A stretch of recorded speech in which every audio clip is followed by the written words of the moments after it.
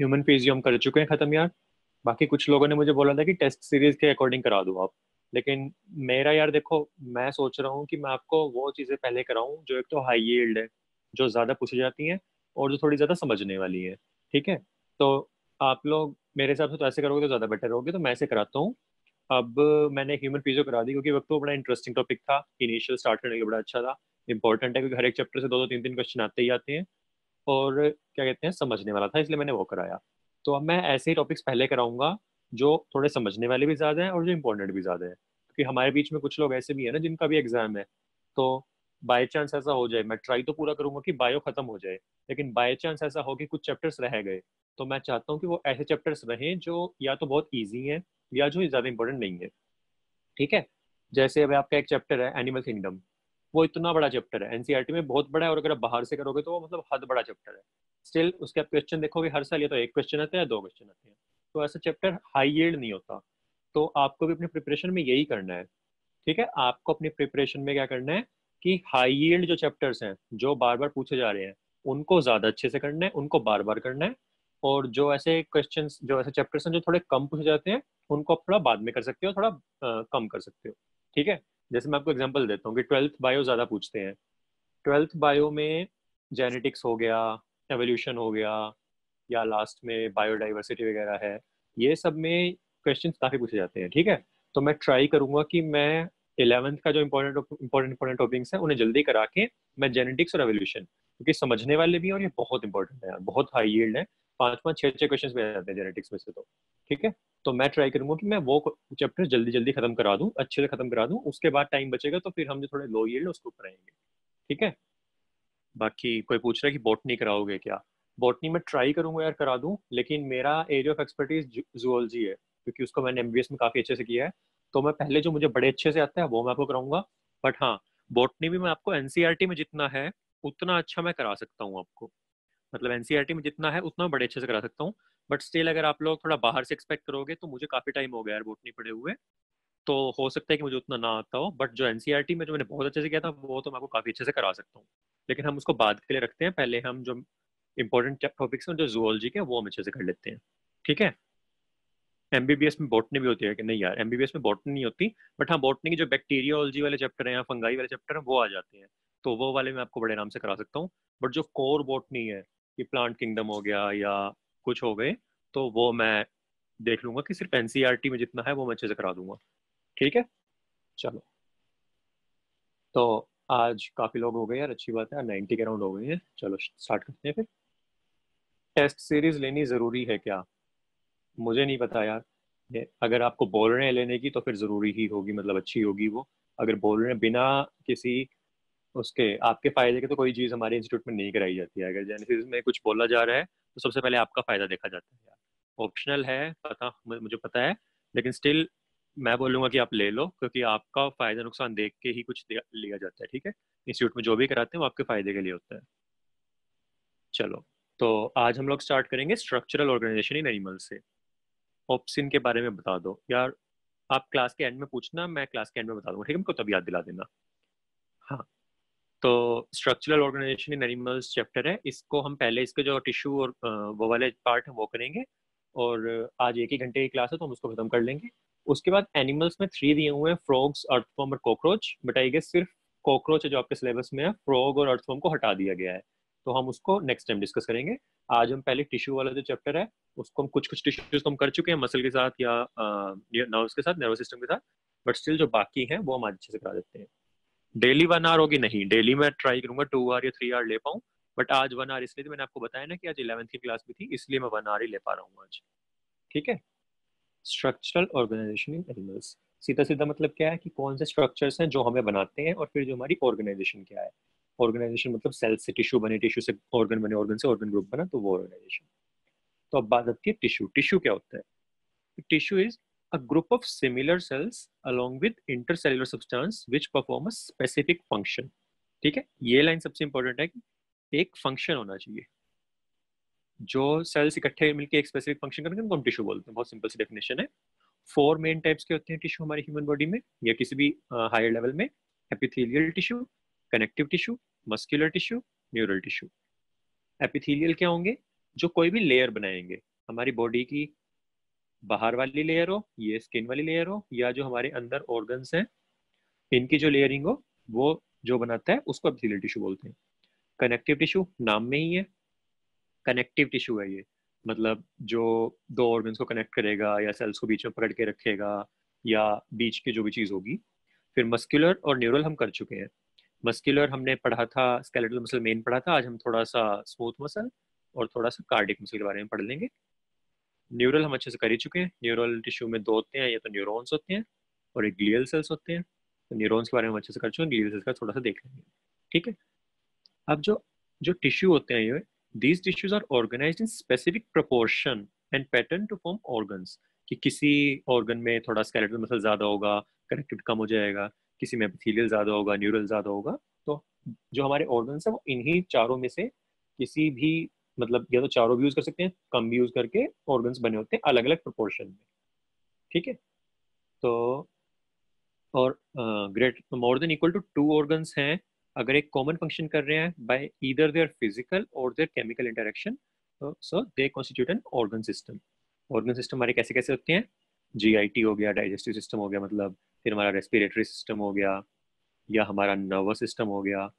दो या दो से ज्यादा ऑर्गन है, जैसे नर्वस सिस्टम में ब्रेन हो गया, स्पाइनल कॉर्ड हो गया। ऐसे अलग अलग ऑर्गन्स मिलकर अगर एक इधर फिजिकल और केमिकल इंटरेक्शन कर रहे हैं तो वो ऑर्गन सिस्टम होगा। अब हम स्टार्ट करेंगे एपिथेलियल टिश्यू से।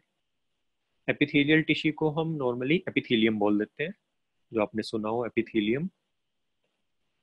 इसका क्या होगा? This tissue has a free surface which faces either a body fluid और द आउटसाइड एनवायरनमेंट। बेसिकली या तो आपकी स्किन होगी, या फिर आपका जो इनर ऑर्गन्स है उनकी जो लाइनिंग होगी, जो हमने पढ़ा था। ठीक है। जैसे फॉर एग्जांपल स्टमक की, इंटेस्टाइन की जो इनर मोस्ट लाइनिंग है ना, वो एपिथेलियम से बनी होती है। And so this provides a covering. The cells are compactly packed with little intercellular matrix. ठीक है, कॉम्पैक्टली पैक्ड है क्योंकि लीक नहीं होने देना चाहते ना कुछ भी, या इनके जो भी फंक्शंस हैं वो ऐसे होते हैं कि इसकी वजह से इनको कॉम्पैक्टली पैक होना पड़ता है, कि बहुत टाइट टाइट पैक होते हैं। टू टाइप्स के होते हैं, सिंपल एंड कंपाउंड। सिंपल का मतलब है कि सिंगल लेयर, कंपाउंड का मतलब है कि more than equal to two layers. तो अब कोई सिंपल है, ऑब्वियस ही बात है कि कंपाउंड जो है उसकी थिकनेस ज्यादा है तो प्रोटेक्टिव फंक्शन का ज्यादा होगा। तो कोई भी प्रोटेक्टिव फंक्शन वाली अगर चीज है वहां पे मोर देन टू लेयर्स होगी। जैसे हमारी स्किन है, हमारी स्किन में मल्टीपल लेयर्स होती हैं, क्योंकि अगर सिंगल लेयर होगी तो बहुत फ्रेजाइल होगी ना, कभी भी बिल्कुल भी ब्रीच कर सकते हैं उसको। लेकिन अगर कहीं हमें कोई एब्जॉर्प्शन करानी है या कुछ सिक्रीट कराना है तो वहां पे single layer of cell best रहते हैं, तो इसलिए वो सिंपल होते हैं। For example they function as lining for the body cavities, the ducts and tubes. Okay. हम स्टार्ट करते हैं सिंपल एपिथेलियम से। तीन तरीके का होता है, squamous epithelium, cuboidal epithelium, columnar epithelium. Squamous क्या होता है? फ्लैटेंड सेल है, कि एक तरह से बिल्कुल ऐसे होते हैं 2D में मान लो आप। 2D होते नहीं है, लेकिन एक तरह से आप ऐसा मान लो कि थिकनेस बहुत कम होती है, लेंथ और ब्रेड्थ होती है, अगर आप ऊपर से देखोगे ऐसे ऐसे इरेगुलर होते हैं। ठीक है, ये नहीं, ये वाला है flattened cells with irregular boundaries. क्योंकि कहाँ कहाँ मिलते हैं? Walls of blood vessels and walls of alveoli. Blood vessels में उनको क्या बोल देते हैं? एंडोथेलियम बोल देते हैं। ठीक है। And they form a diffusion boundary. हमने ब्रीदिंग में पढ़ा था ना कि एल्वियोलाई और जो कैपिलरी का एंडोथेलियम होता है, बीच में बेसमेंट मेम्ब्रेन होता है, वो डिफ्यूजन मेम्ब्रेन बनाते हैं। तो वहां पे डिफ्यूजन बाउंड्री बनाते हैं। फिर बात आ जाती है क्यूबॉइडल सेल्स की। फिर एक बार इनका डायग्राम देख लो पहले। ये है एपिथेलियल सेल, दिख रहा है आपको कि बहुत ही फ्लैट है और इरेगुलर बाउंड्रीज है। अब बारी आती है क्यूबॉइडल सेल्स की। नाम में ही है cube like, single layer of cube like cells. कहाँ मिलते हैं? In ducts of glands and tubular parts of nephrons. जो हमने पढ़ा था ना जब किडनी पढ़ रहे थे कि नेफ्रॉन में होता है, क्यूबॉइडल एपिथेलियम होता है। फंक्शन क्या है इनका? Secretion and absorption. और पीसीटी में माइक्रोवेलाई था, मैंने क्या बताया था कि कहीं भी माइक्रोवेलाई होंगे वो क्या करेंगे? सरफेस एरिया इंक्रीज करेंगे। ठीक है। ये रहे क्यूबॉइडल सेल, दिख रहे हैं आपको? क्यूब लाइक सेल है, लेंथ मोर देन मतलब नियरली इक्वल टू ब्रेड्थ है। ठीक है। थर्ड होते हैं कॉलमनार सेल्स। कॉलमनार क्या है? कि single layer of tall and slender cells, की लंबे लंबे सेल होंगे। ये देखो। एंड न्यूक्लियस मोस्टली उनके बेस पे लोकेटेड होते हैं। और फ्री सरफेस पे माइक्रोवेलाई हो सकते हैं। और कहाँ मिलते हैं? जैसे लाइनिंग ऑफ स्टमक में या लाइनिंग ऑफ इंटेस्टाइन में। और इनका फंक्शन भी क्या है? सिक्रीशन एंड एब्जॉर्प्शन है। अब बात करते हैं हम कि अगर कॉलमनार या क्यूबॉइडल सेल के जो फ्री सरफेस पे अगर सीलिया हो तो उसको सीलिएटेड एपिथेलियम बोलते हैं। ये रहा। ठीक है, ये सेल है, इसके सरफेस पे ये सीलिया है। इनका काम क्या होगा, ये रिदमिक कॉन्ट्रैक्ट मतलब रिदमिक मूवमेंट दिखाएंगे कि मानो अगर यहाँ पे कुछ आ गया कि आपके रेस्पिरेटरी ट्रैक में है ये, और आपने एयर जब ब्रीद की तो मानो एयर के साथ थोड़ा डस्ट पार्टिकल आ गए।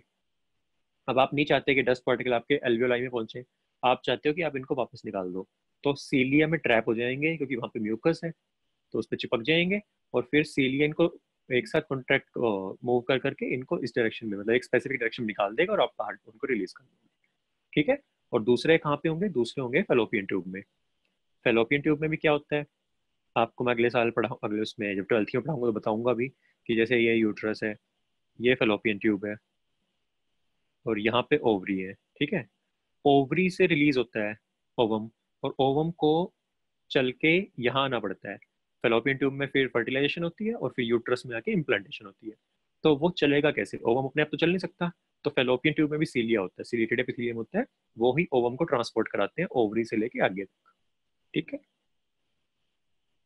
सो दे मूव पार्टिकल्स और mucus in a specific direction. अब मैंने खाली छोड़ दिया था, मैं आपसे पूछने वाला था बट मैं भूल गया पूछने, मैंने खुद ही बता दिया, तो मैं खुद ही भर देता हूँ। कहाँ मिलेंगे, ब्रोंक्यूल्स में मिलेंगे एंड फेलोपियन ट्यूब्स में मिलेंगे। अब कुछ कोलमनारो क्यूबोइडल सेल होते हैं that are specialised for secretion. ठीक है, जिनको हम बोल देते हैं ग्लैंडुलर एपिथेलियम। ठीक है। अब ग्लैंडुलर एपिथेलियम भी जैसे हमने ऊपर पढ़ा ऐसे होते हैं, यूनिसेलुलर हो सकते हैं, मल्टीसेलुलर भी हो सकते हैं। यूनिसेलुलर जैसे कि गोबलेट सेल्स होते हैं, हमने जीआईटी में पढ़े थे गोबलेट सेल्स, इनका फंक्शन क्या था, म्यूकस सिक्रीट करना। ठीक है। और मल्टीसेलुलर जैसे कि सलाइवरी ग्लैंड है, और on the basis of their mode of pouring of their secretions दो होते हैं, एक्सोक्राइन एंडोक्राइन। कल ही पढ़े हमने endocrine, endocrine glands are ductless, वो सीधा जो भी उनके सराउंडिंग फ्लूइड है, ब्लड है, तो उसमें रिलीज कर देंगे और फिर वो पूरी बॉडी में घूमता रहेगा, और जहां उसके रिसेप्टर होंगे वहां जाके वो काम करेगा। लेकिन जो एक्सोक्राइन ग्लैंड्स होते हैं they contain duct. For example वो क्या क्या प्रोड्यूस करते हैं, म्यूकस प्रोड्यूस कर सकते हैं, सलाइवा प्रोड्यूस कर सकते हैं, ईओएक्स प्रोड्यूस करते हैं, ऑयल करते हैं, मिल्क करते हैं, डाइजेस्टिव एंजाइम्स। ये देख लो, ये है यूनिसेल्युलर ग्लैंड, ये आपको एक पूरा सेल दिख रहा है, ये एक सेल है। ठीक है, ये इसका न्यूक्लियस है, ये पूरा सेल गॉबलेट सेल है। और ऐसे ही ये मल्टी सेलुलर, ये मल्टीपल ग्लैंड्स दिख रहे हैं आपको, इनकी सिक्रीशंस यहाँ जाएंगे और फिर रिलीज हो जाएगा। ठीक है, जैसे कि हमारी स्किन में ऑयल हो सकता है, सलाइवरी ग्लैंड हो सकते हैं, या बाकी जो जो हमने ये सारे देखे। ठीक है, चलो हो गया, ये था हमारा एपिथेलियम। अब बात करते हैं हम कंपाउंड एपिथेलियम की। कंपाउंड एपिथेलियम क्या है, more than one layer of cell, यानी कि मल्टी लेयर्ड सेल्स है।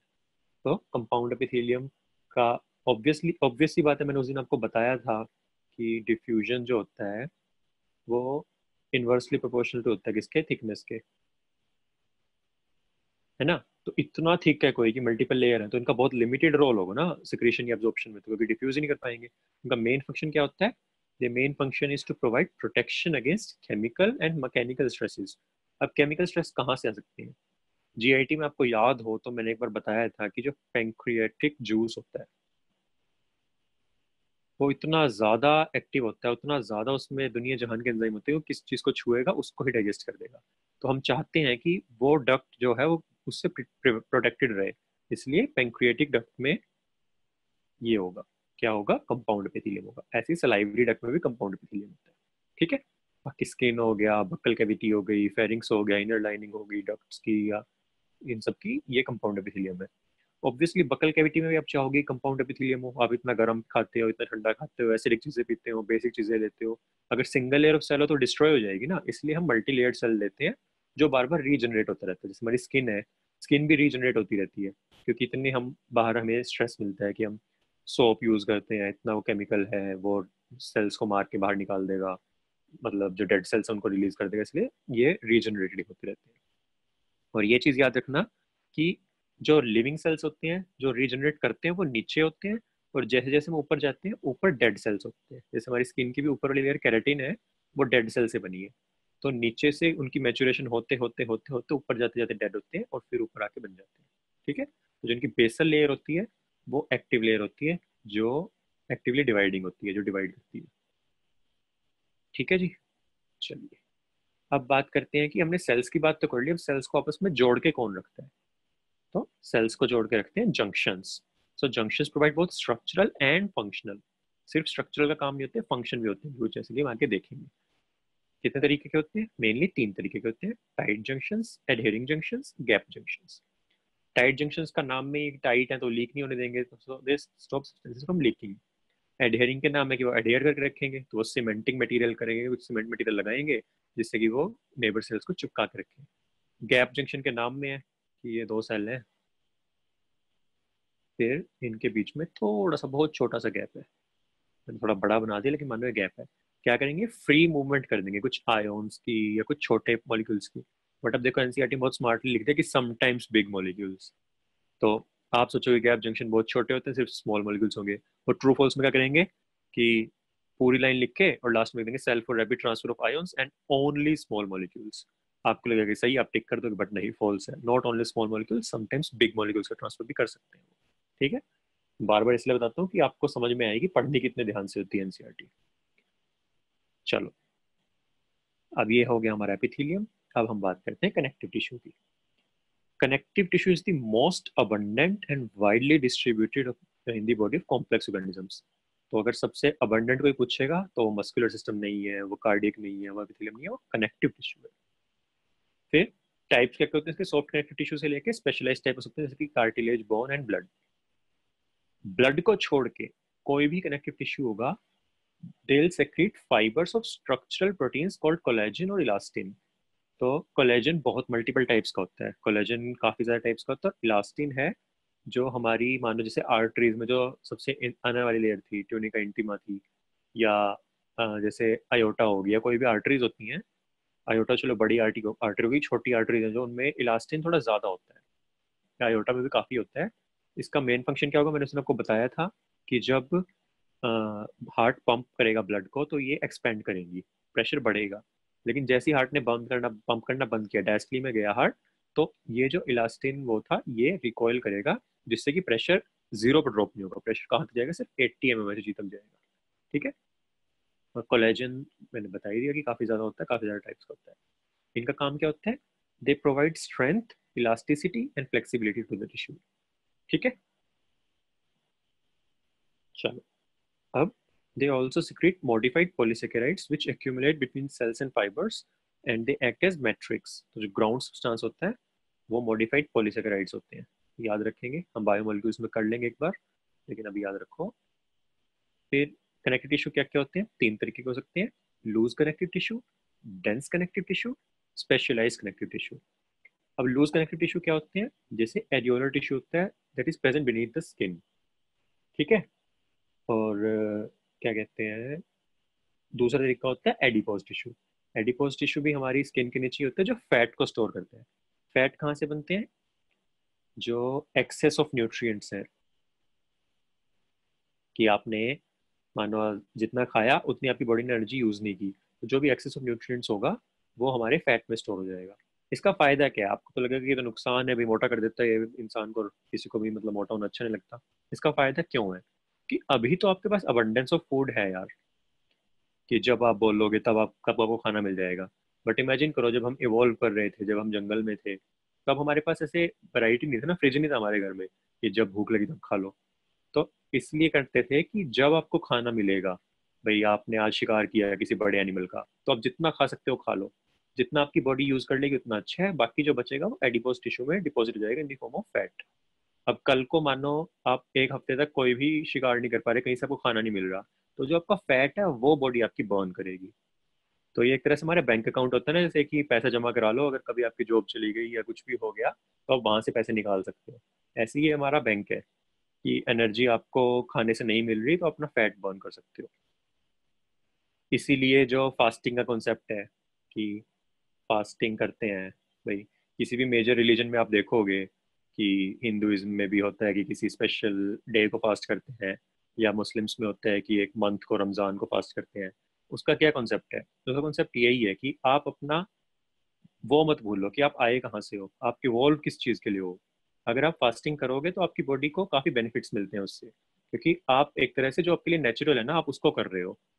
ठीक है। तो अगर आप लेकिन डेली अगर खाते रहो बिल्कुल फास्ट में करो या बिल्कुल वर्कआउट में करो, तो फिर आपको पता है कि ओबेसिटी पेंडेमिक बन चुका है एक बहुत बड़ा, जिस जगह देखोगे आपको बहुत ओबीस लोग दिखेंगे।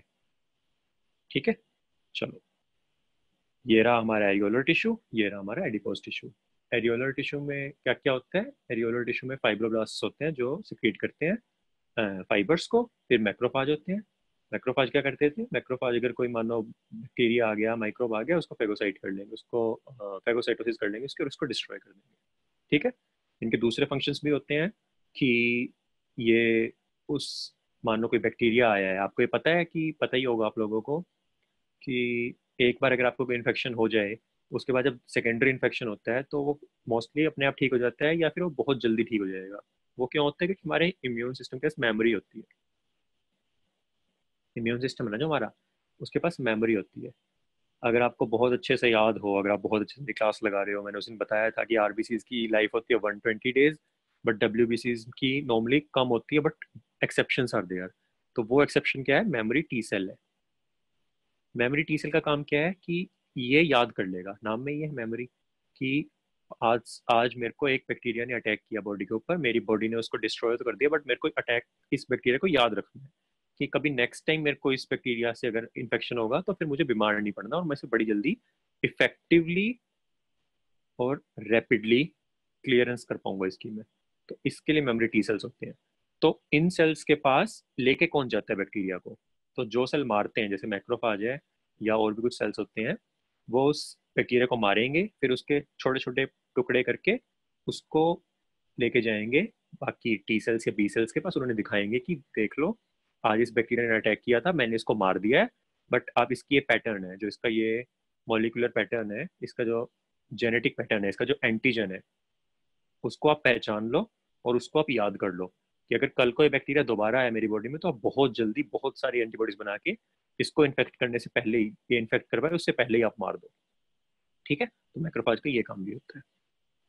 चलो, ये थोड़ी बाहर की बात होगी, बट स्टिल अगर आप याद रखोगे तो अच्छा रहेगा। चलो, अब बारी आती है डेंस कनेक्टिव टिश्यू की।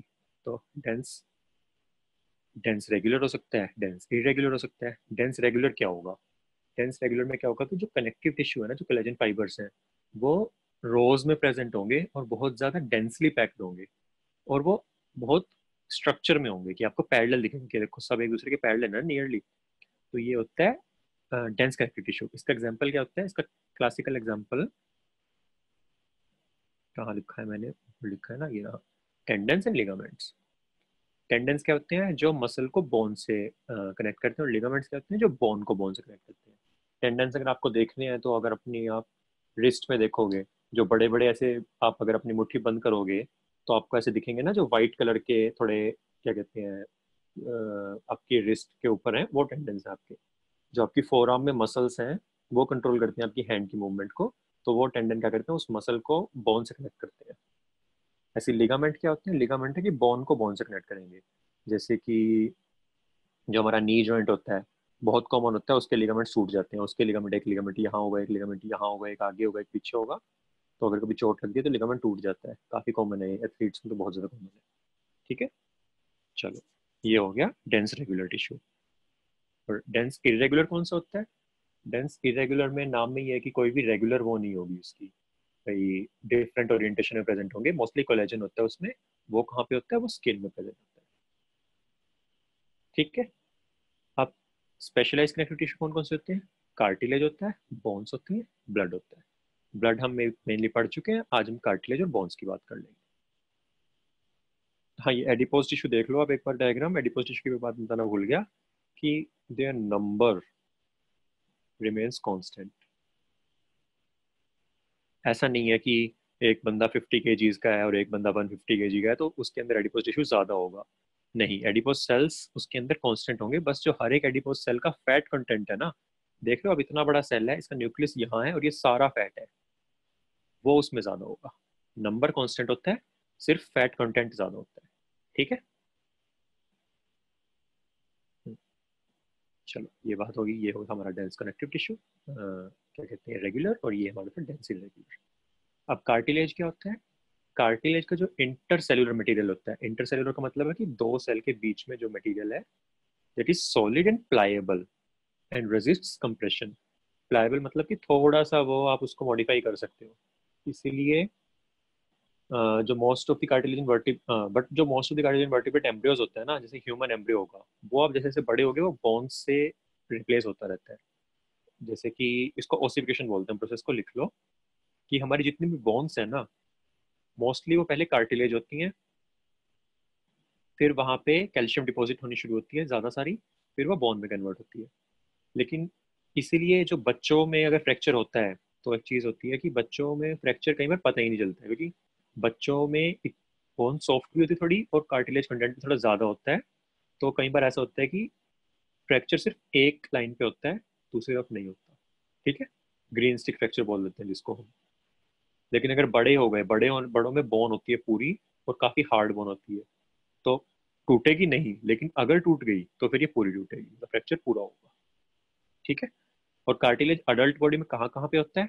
टिप ऑफ नोज पे होता है, और जो हमारा क्या कहते हैं आउटर ईयर होता है उसमें होता है।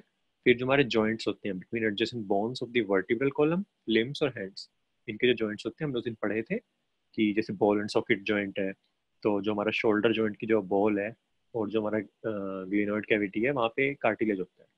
ठीक है, इसके ग्लेनोइड कैविटी के चारों तरफ भी कार्टिलेज होता है जो उसको कवर करके रखता है।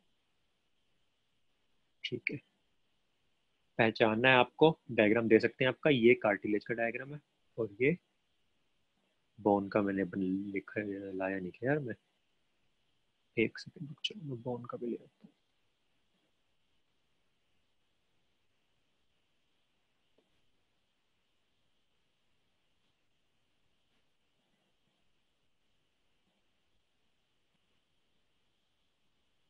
ठीक है, ये हमारी बोन है।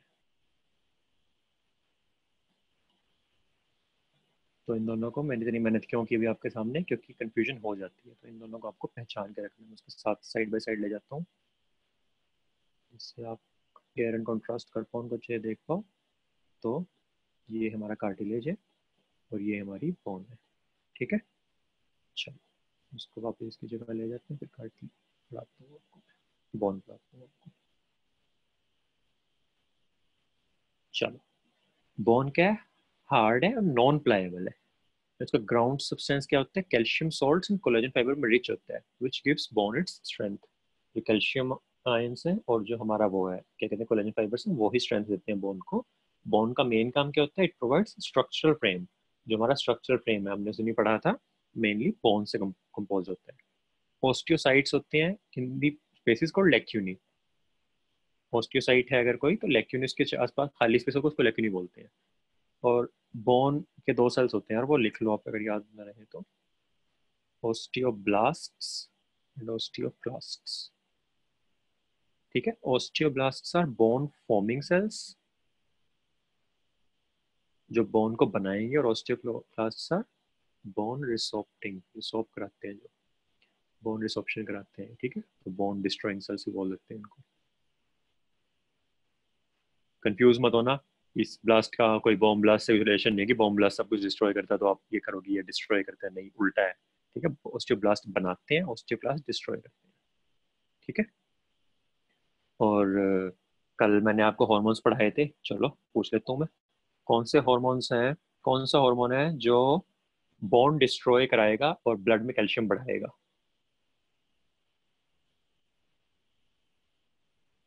दो ने जवाब दिया अब तक यार, नहीं देखा? कोई पैराथायरॉयड बोल रहा है, कोई कैल्सिटोनिन बोल रहा है। यही तो मैंने आपको कल बोला था कि कंफ्यूज नहीं होना। पैराथॉर्मोन, पीटीएच, पैराथॉर्मोन बढ़ाए बोन को डिस्ट्रॉय करेगा, मतलब बोन में से कैल्शियम निकालेगा, डीमिनरलाइजेशन करेगा। कैल्सिटोनिन उल्टा करेगा, थायरोकैल्सिटोनिन था, जो कैल्सिटोनिन है वो बोन में क्या कहते हैं कैल्शियम को बढ़ाएगा। अभी भी कोई थायरोकैल्सिटोनिन बोल रहा है, नहीं। ठीक है, थायरोकैल्सिटोनिन बोन में बढ़ाएगा, पैराथॉर्मोन ब्लड में बढ़ाएगा कैल्शियम को। ठीक है, काफी ज्यादा लोगों को याद है, बट कुछ है जिनको नहीं है, तो प्लीज यार रिवाइज कर लेना। चलो कंटिन्यू करते हैं हम। किसी ने पूछा प्लाएबल क्या होता है? प्लाएबल मोटे मोटे तरीके से आप ऐसे कर लो कि जिसको आप मोड़ सकते हो, कि थोड़ा सा सॉफ्ट है, मतलब सॉफ्ट नहीं है, हार्ड ही है, बट स्टिल थोड़ा वो क्या कहते हैं, मोल्ड हो सकता है, मतलब थोड़ा सा आप उसको इधर उधर मोड़ सकते हो। जैसे कार्टिलेज है, अभी आप अपने कान को पकड़ के देखो, आप इधर उधर मोड़ पा रहे हो ना उसको, आगे पीछे कर पाओगे क्योंकि कान में कार्टिलेज है। लेकिन अगर फिंगर की जो बोन है, जॉइंट नहीं बोल रहा मैं, जो बोन है उसको मोड़ के दिखाओ, वो नहीं मुड़ेगी क्योंकि जो बोन है दैट इज नॉन प्लायबल। ठीक है, फिर हमने ऑस्टिस सॉरी बोन सेल्स की बात कर ली। अब बात आती है बोन मैरो क्या होता है। बोन मैरो कुछ बोन्स में होता है, सब में नहीं होता। और वो कहाँ है, वो that is production of, that is site of production of blood cells. जैसे हमारी लॉन्ग बोन है, जैसे हमारी फीमर है, तो ये मान लो हमारी फीमर है, ठीक है। थाई बोन सबसे लंबी बोन है। इसका जो सेंट्रल पोर्शन होगा ना वो होलो होगा, बोन सॉलिड नहीं होती हमारी, और उस पोर्शन में मैरो भरा होगा। ठीक है, और इसके दो पार्ट होते हैं, fatty bone marrow, red bone marrow. लिख देता हूँ मैं, फैटी मैरो, येलो बोलते हैं इसको, और रेड मैरो। जो रेड मैरो है वो बनता है आरबीसी। ठीक है, तो अगर मानो किसी को ल्यूकीमिया हो गया, ल्यूकीमिया पता है आपको क्या होता है, डब्ल्यूबीसी सेल्स का कैंसर होता है। ठीक है, कैंसर ऑफ डब्ल्यूबीसी सेल्स। तो उसमें क्या करते हैं हम, उसका मैरो डिस्ट्रॉय कर देते हैं, कि उसके मैरो में जो ब्लड सेल्स बन रहे होंगे उसको डिस्ट्रॉय कर देंगे, तो उसका मैरो डिस्ट्रॉय हो जाता है। बट एक बार आपने मैरो डिस्ट्रॉय कर दिया तो फिर सब कुछ ही खत्म हो गया ना, उसके सारे ल्यूकोसाइट सब कुछ ही बनने बंद हो गए। तो फिर हमें मैरो ग्राफ्ट करना पड़ता है, मैरो ट्रांसप्लांट करना पड़ता है किसी हेल्दी बंदे से, जिसकी केयरफुल मैचिंग के बाद करते हैं, मोस्टली उसके रिलेटिव से। तो हम कहाँ से निकालते हैं मैरो, मैरो निकालते हैं, आइलियक क्रेस्ट होती है एक चीज, जहाँ पे आप अगर हाथ शक्तिमान की तरह लगा के खड़े होगे तो जहाँ आपके हाथ रेस्ट करते हैं ना, वो आइलियक क्रेस्ट होता है।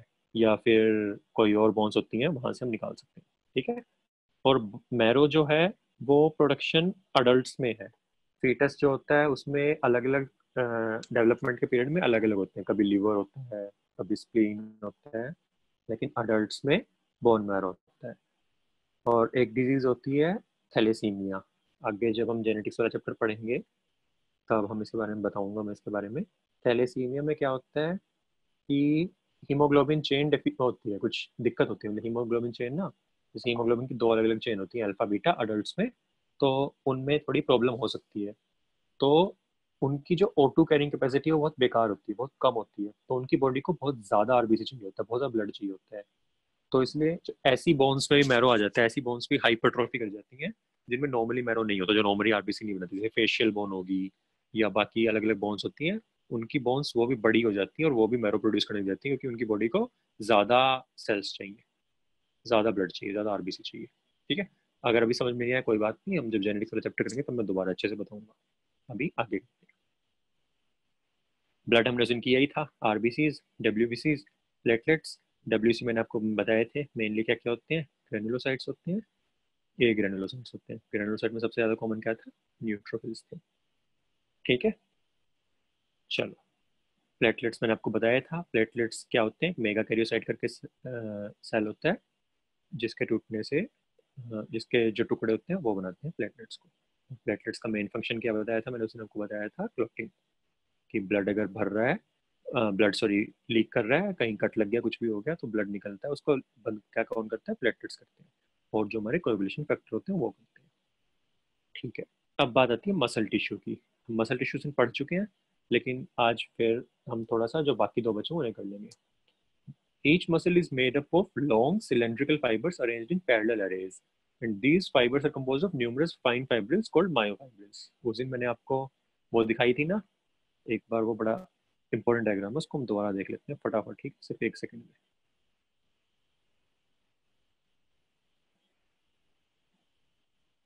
ये डायग्राम, ठीक है, बड़े अच्छे से देख लो। ये मायोफाइब्रिल है, बहुत सारे मायोफाइब्रिल पैरेलल अरेंजमेंट करके और फिर बनाते हैं, ठीक है, मसल फाइबर्स, जो क्या कहते हैं, फिर हमारा मसल बन जाता है। ठीक है, मसल फाइबर ये रहा, इसमें बहुत सारे पैरेलल होंगे मायोफाइब्रिल, और फिर मायोफाइब्रिल में बहुत सारे पैरेलल क्या थे, ए बैंड और आई बैंड थे, ये ए बैंड और ये आई बैंड। ठीक है, ये हम उस दिन कर ही चुके थे।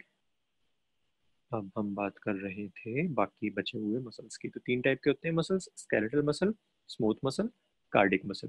स्केलेटल मसल होते हैं हमारे वॉलेंट्री, स्मूथ और कार्डियक होते हैं हमारे इनवॉलेंट्री, और स्केलेटल और कार्डियक होते हैं हमारे स्ट्राइएटेड और स्मूथ, मतलब नाम ही स्मूथ है, नॉन स्ट्राइएटेड। ठीक है, ये देख लो, ये हमारा स्केलेटल मसल, ये हमारा स्मूथ मसल। स्मूथ मसल में क्या होता है कि बीच में थोड़े मोटे होते हैं और जिनके एंड है वो टेपरिंग होते हैं। ठीक है, इसलिए हम इनको फ्यूजिफॉर्म मसल से बोल देते हैं, फ्यूजिफॉर्म शेप होती है इनकी, ये शेप होती है इनकी। ठीक है, हमारे कार्डिक मसल्स हैं, वो एक तरह से ब्रांच्ड होते हैं, कि जंक्शन होते हैं उनके बीच में। और क्या कहते हैं, इनका एक बहुत इंपॉर्टेंट पार्ट होता है यार, इनके बीच में कम्युनिकेशन जंक्शन होते हैं, इनको इंटरकैलेटेड डिस्क बोलते हैं। कि जैसे ये जंक्शन है, दो सेल्स हैं, उनके बीच में एक डिस्क होगी, वो क्या करेगी कि एक ही साथ, मतलब जैसे ही किसी हार्ट में, मानो वेंट्रिकल में इतने सारे मसल सेल्स हैं, जैसे एक्शन पोटेंशियल आता है ना, कैल्शियम रिलीज होना शुरू हुआ, वो कैल्शियम इन इंटरकैलेटेड सेल्स के थ्रू एकदम सारे जितने सराउंडिंग सेल्स है ना, सब में भर जाता है एकदम। तो जिससे फायदा क्या होता है कि सारे सेल्स एक साथ कॉन्ट्रैक्ट करते हैं, क्योंकि आपका मानो वेंट्रिकल इतना बड़ा है, लेफ्ट वेंट्रिकल बना रहा हूँ मैं आपका, ये इतना थिक होता है। तो आप चाहते हो ना कि ये सारा एक साथ कॉन्ट्रैक्ट करेगा, तभी इफेक्टिव कॉन्ट्रैक्शन होगी, तभी वो फ्लैप को ओपन कर पाएगा, जो हमारा क्या क्या कहते हैं, हमारा सेमिलर वॉल्व है, उसको ओपन कर पाएगा, और उसको ब्लड को 120 mHg के प्रेशर से फेंक पाएगा। तो इतनी कॉन्ट्रैक्शन एक साथ कराने के लिए एक्शन पोटेंशियल वो नहीं है, मतलब एक्शन पोटेंशियल अगर मैं अलग अलग भेजूंगा तो कभी ये कॉन्ट्रैक्ट पहले कर जाएगा, कभी ये कर जाएगा, फिर ये कर जाएगा। तो ये सारे आपस में कनेक्टेड होते हैं थ्रू इंटरकनेक्टेड डिस्क। तो जैसे ही एक एक्शन पोटेंशियल ने कैल्शियम रिलीज करा, वो कैल्शियम सारे में एक साथ भर जाता है, तो एक साथ कॉन्ट्रैक्ट करेगा। इसको हम क्या बोलते हैं, इसको हम बोलते हैं फंक्शनल सेंसेशियम। ठीक है, ये लिखा हुआ मैंने यहाँ पे, फंक्शनल सेंसेशियम। सेंसेशियम मैंने उसने क्या बताया था कि सेल में अगर बहुत सारे न्यूक्लियाई हैं तो उसको सेंसेशियम बोलते हैं, बट यहाँ पे बहुत सारे न्यूक्लियाई नहीं है, बट एक तरह से फंक्शनल है ये, कि सेल्स आपस में ऐसे कनेक्टेड है कि हम ये मान लेते हैं कि ये न्यूक्लियाई भाई बड़े सारे न्यूक्लियाई दिख रहे हैं मेरे को एक साथ। ठीक है, तो फंक्शनल सेंसेशियम है कि आपस में कनेक्टेड है। ठीक है, so communication junction interconnected is at some fusion point they allow the cells to contract as a unit। ठीक है, लास्ट में आता है हमारा न्यूरल टिश्यू। अच्छा, कुछ रह तो नहीं गया ना, एक सेकंड। स्मूथ मसल्स में, हाँ स्मूथ मसल थोड़ा थोड़ा बताया नहीं। स्मूथ मसल में no striations, they are involuntary, कि आप चाह के नहीं ऐसे कर सकते कि मेरा स्टमक कॉन्ट्रैक्ट कर जाए। और कहाँ कहाँ प्रेजेंट होते हैं, they are present in the wall of internal organ such as the blood vessels, stomach and intestine. And involuntary होते हैं, मैंने आपको बता ही दिया। ठीक है, कार्डियक मसल भी हमारा इनवॉलंटरी होता है। लास्ट में आता है हमारा न्यूरल टिश्यू। न्यूरल टिश्यू होता है सबसे ज्यादा जो बॉडीज रिस्पॉन्सिवनेस होती है टू चेंजिंग कंडीशन, वो न्यूरल टिश्यू ग्रेटेस्ट कंट्रोल होता है, ग्रेटेस्ट कंट्रोल होता है न्यूरल टिश्यू का। कि कुछ भी चेंज हुआ है तो आपकी बॉडी को रिस्पॉन्ड किस वे में करना है, वो हमारे न्यूरल टिश्यू देखते हैं। ठीक है, अब न्यूरल टिश्यू दो तरह के होते हैं। जो बेसिक फंक्शनल स्ट्रक्चर यूनिट क्या थी, उसे मैंने आपको बताई थी, न्यूरॉन। ठीक है, तो हमारी बेसिक फंक्शनल यूनिट होते हैं न्यूरॉन। और फिर हमारे होते हैं कुछ ग्लियल सेल्स, जिनको हम न्यूरोग्लियल सेल्स भी बोलते हैं। और वो मोस्ट ऑफ द वॉल्यूम वही बनाते हैं, कि more than half of the volume कौन बनाएगा, ग्लियल सेल्स बनाएंगे।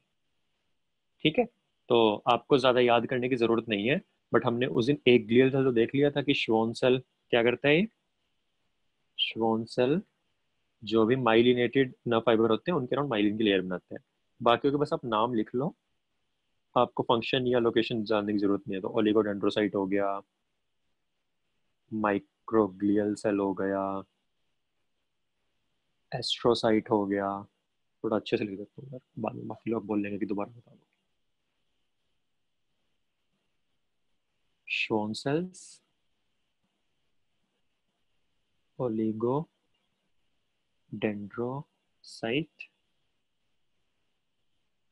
माइक्रोग्लियल सेल, एस्ट्रोसाइट, और एक होते हैं अपेंडाइमल सेल। ठीक है, तो इनका मेन फंक्शन क्या है, इनका फंक्शन है कि न्यूरॉन को सपोर्ट करना है यार, और प्रोटेक्ट करना है। क्योंकि न्यूरॉन जो हमारे हैं वो एक तरह से फिक्स्ड है, तो प्रोटेक्शन चाहिए होती है उनको, उनको सपोर्ट करना, उनको प्रोटेक्ट करना काम होता है। एस्ट्रोसाइट का मतलब क्या है, एस्ट्रो का मतलब होता है स्टार शेप्ड। तो कहीं भी आ गया तो एस्ट्रोसाइट का मतलब होता है स्टार शेप, मैंने ऐसे बता दिया बस आपको। ठीक है, हाँ, न्यूरोग्लियल सेल मैं आपको बता ही दिए। चलो एक मिनट बस। हाँ, न्यूरॉन मैंने आपको बता ही दिया था कि न्यूरॉन क्या होते हैं, एक्साइटेबल सेल होते हैं। और कौन से होते हैं बॉडी में एक्साइटेबल सेल्स, मसल्स। ठीक है, एक्साइटेबल सेल का मतलब क्या है कि आप स्टिमुलस दोगे तो रिस्पॉन्स आएगा। ठीक है, तो न्यूरॉन्स पे होते हैं वो एक्साइटेबल सेल होते हैं। और फिर हमने पढ़ा ही था उस दिन कि कोई भी एक्शन पोटेंशियल आ जाता है वो कहाँ जाएगा, प्लाज्मा मेम्ब्रेन के थ्रू ट्रांसफर होके फिर वो आगे न्यूरॉन्स के एंडिंग पे जाएगा। फिर एक वहां से दोनों चीजें हो सकती है, इनहिबिशन भी हो सकती है या फिर स्टिमुलेशन भी हो सकती है। ठीक है, ये मैंने उसने आपको बता दिया था। चलो लास्ट पार्ट है इस चैप्टर का, ऑर्गन एंड ऑर्गन सिस्टम। तो ये जो हमारी ऑर्गेनाइजेशन है कि सेल्स मिलके टिश्यू बनाते हैं, टिश्यू मिलके ऑर्गन बनाते हैं, ऑर्गन मिलके ऑर्गन सिस्टम बनाते हैं। इस ऑर्गेनाइजेशन का फायदा क्या है कि जो एफिशिएंट और बेटर कोऑर्डिनेशन एक्टिविटी होती है ना, वो इस ऑर्गेनाइजेशन से पॉसिबल होती है। कि आपको क्या करना है कि आपकी बॉडी में मिलियंस या बिलियंस ऑफ सेल्स हैं।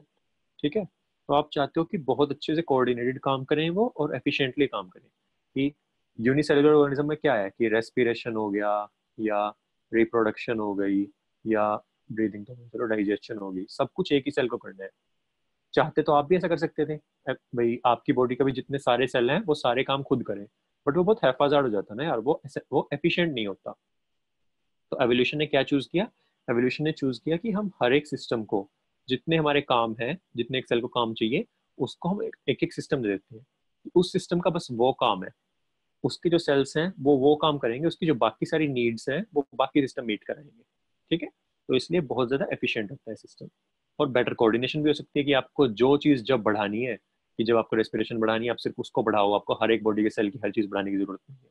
तो ये बेटर कोऑर्डिनेशन भी होती है। फिर each organ is made of more than one type of tissues, जो हमने 4 तरह के टिश्यूज देखे थे ऊपर। ठीक है, जितने मर्जी एनिमल्स हो यार, एक कॉकरोच से लेके आप हो गए या बीच में कोई भी एनिमल हो गया, मोस्टली सिर्फ ये 4 टिश्यू होते हैं जो मेजर लेवल पे होते हैं, और इनकी अलग अलग प्रोपोर्शन से कुछ मसल्स बनते हैं। ठीक है, तो मोस्टली जो सेल्स होते हैं more than equal to one type tissue से बने होते हैं। फॉर एग्जाम्पल हो गया हमारा कार्डिक टिश्यू, कार्डिक टिश्यू में चारों तरह के सेल्स होते हैं। ठीक है,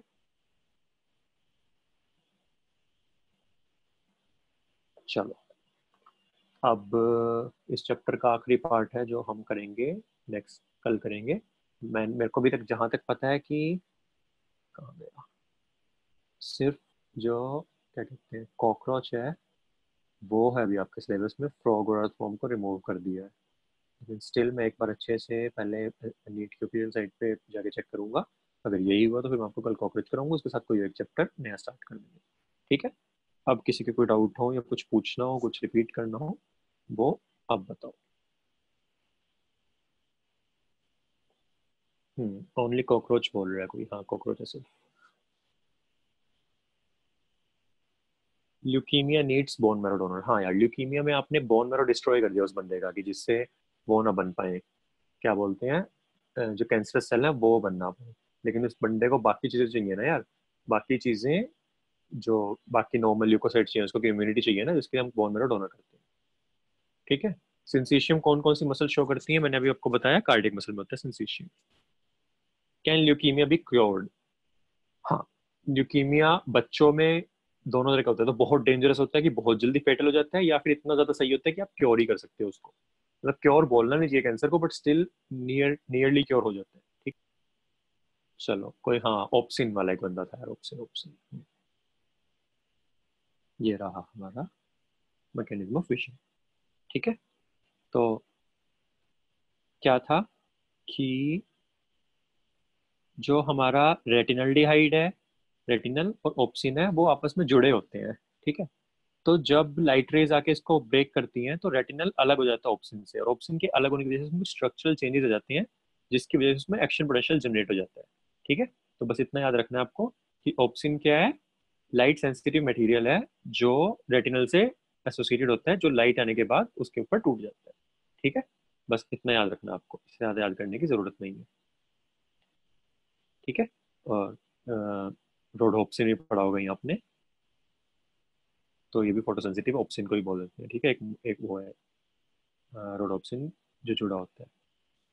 चलो ठीक है, इसके अलावा और क्या क्वेश्चन है यार, किसी ने मेरे से पूछा था शायद, लैमिना और लेक्यूला में क्या डिफरेंस होता है। यार लेमिना इस चैप्टर में नहीं, मैं उसमें करके दिखाता हूँ आपको। लेमिना और लेक्यूना में पूछा था ना किसी ने। बेसिकली सिंपल इंग्लिश में लेमिना क्या है कि कोई भी रेगुलर फॉर्मेशन ऑफ अरेंजमेंट होगी ना, कि मानो जैसे बोन बनती है जो हमारी लेमिनर बोन होती है, लेमिनर बोन होती है, उसमें क्या होता है कि जो मटेरियल है वो ऐसे रेगुलर इंटरवल पे बड़े अच्छे से, बड़े ऑर्गेनाइज्ड वे में रहता है, ठीक है, ये लेमिनर अरेंजमेंट होती है। और लेक्यूना का मतलब क्या है? लेक्यूना का मतलब होता है खाली जगह, कि जो ऑस्टियोसाइट है उसके आसपास उसने एक खाली जगह बना दी होती है और वो उसके बीच में रेस्ट करता है। ठीक है, दोनों में कंफ्यूज नहीं होना। ठीक है, लेमिलर अरेंजमेंट होती है और लेक्यूना होती है खाली जगह।